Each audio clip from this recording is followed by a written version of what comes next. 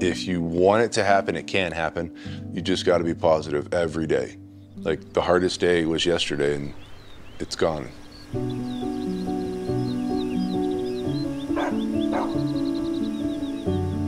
We were out 4th of July. We got a place out the river, out on the boat.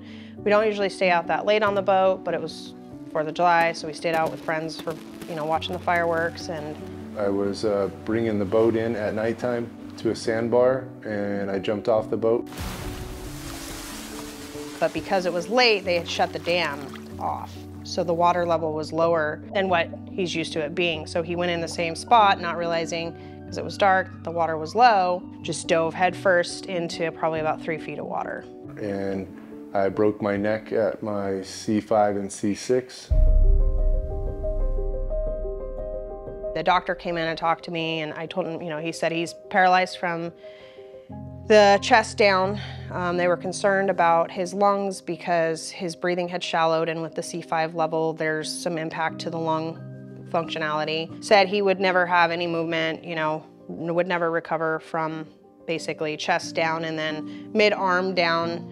He's always told me, if anything happens to me, pull the plug. I don't want to live this way. Like, I don't want to live, not this way particularly, but I don't want to live dependent. So my biggest fear after finding out the severity of his accident was, is he even going to want this life? You know, is he even going to, where's his mind going to be?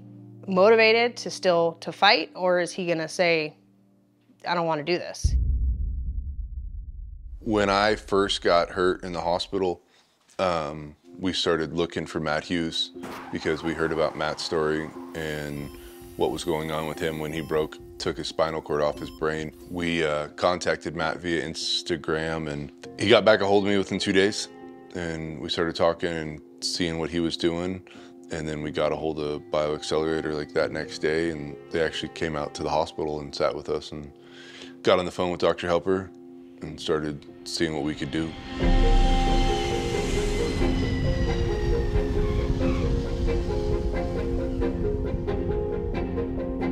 When I started, when I left the hospital, so when you did 8 weeks of kind of recovery after you break your neck, they put you through like trying to get everything to work again, what you have to expect when you come home.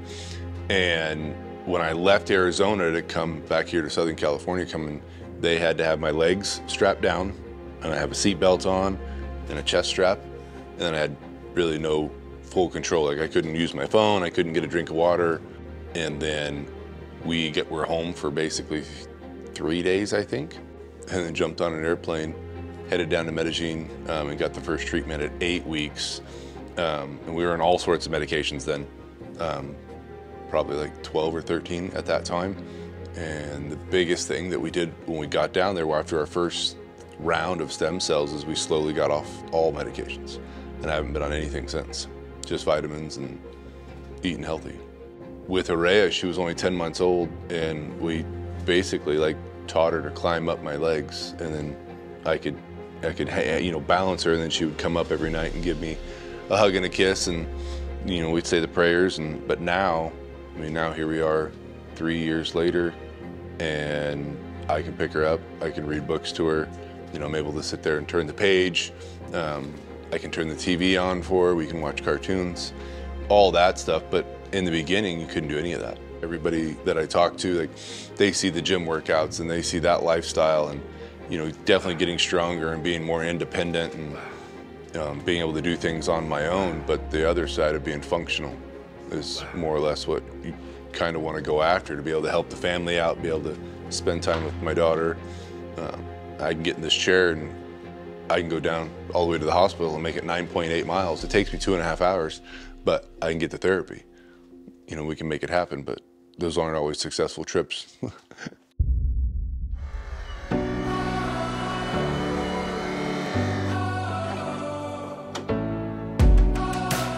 He makes my job easy. I mean, he comes in highly motivated. There's some tough days, you know, but by the end of the session, you know, usually feeling good. When I first started working with Bunch, my goal was to wake up his nervous system. At the beginning, his legs were a little bit more flaccid. So with any of the response that I would try and do with any movement patterns, I would have to do like all the motions like fully, but again, there was not really much of a response as far as muscle activity. But fast forward to now, as you can see, working onto the table, just being able to wake up his core. So the big difference is just really, I think he was explaining, just trying to get the connection with his body, just trying to break down, always trying to break down those patterns of gait training. If I break down those patterns, just getting on different planes of motion and just trying to find the movement. But core activity is, his core is where he's connecting to. So I'm just trying to help him travel it on the way down.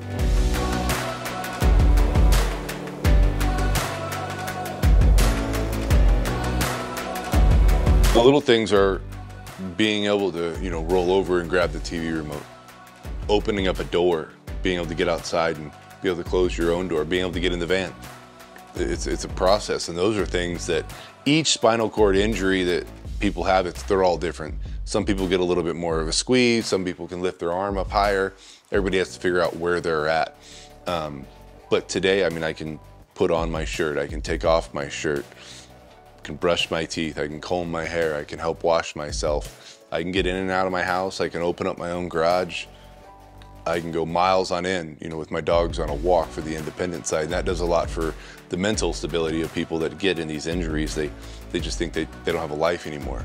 But I'm able to, I have my office in my garage. I can get on my computer every day. I can get work done, be a help financially with my wife and family.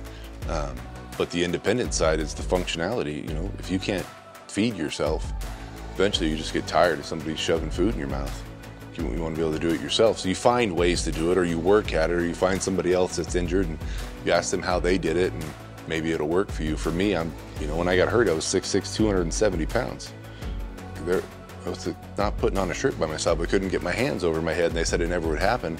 Well, in the 2-year mark, I made it be able to happen.